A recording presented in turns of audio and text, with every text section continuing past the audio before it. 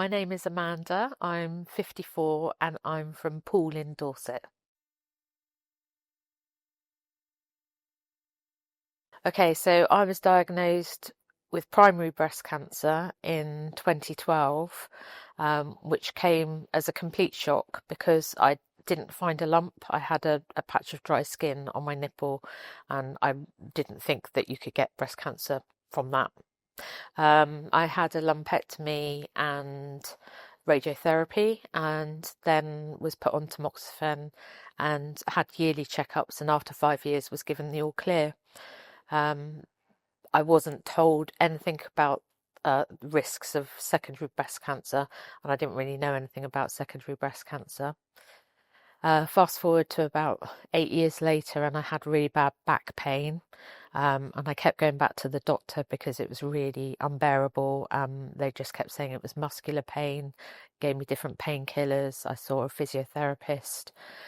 And then it was only after I saw a leaflet with the signs and symptoms of secondary breast cancer that I thought, actually, I tick quite a few things on this list. So I went back to ask them to refer me for a scan.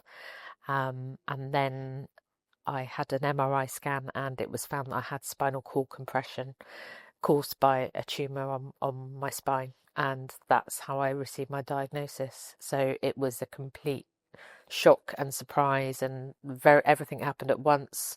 I had to have surgery on my spine and have metal rods put in to stabilise it. Um, so that was nearly 4 years ago now.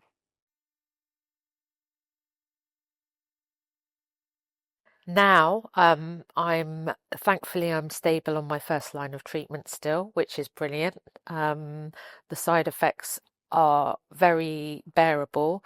I do suffer with fatigue quite a lot. And I also have ongoing pain from my spinal cord compression. So I have a lot of pain medication for that, which helps, but I live with the pain daily, really.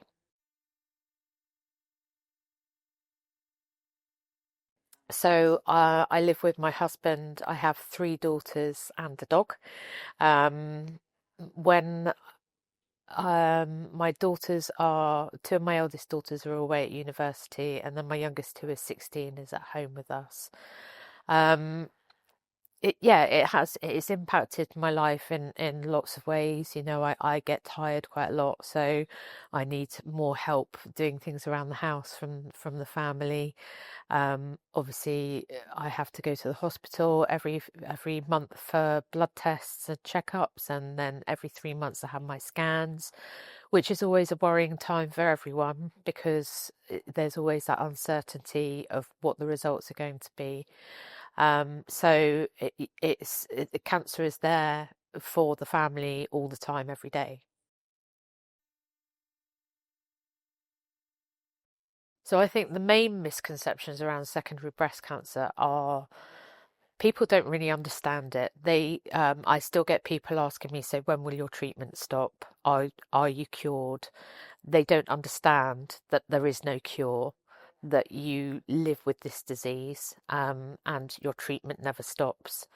I think a lot of people still think that secondary breast cancer is cancer in your breast. I don't think they realise that it means that it has spread from your breast to other areas of your body, and they don't understand.